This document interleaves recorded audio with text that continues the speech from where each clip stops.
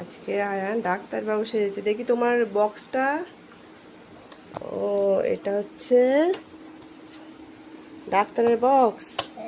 এতে সব ওষুধপত্র আছে। তুমি ডাক্তার হয়েছো। হাতে এটা ইঞ্জেকশন। সোজা করে ধরো ইঞ্জেকশনটা ওপর দিকে। হ্যাঁ, ঠিক আছে।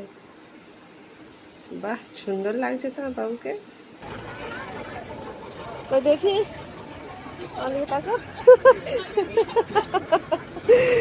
এটা কে বলে তো? ভার্গবের মা তো।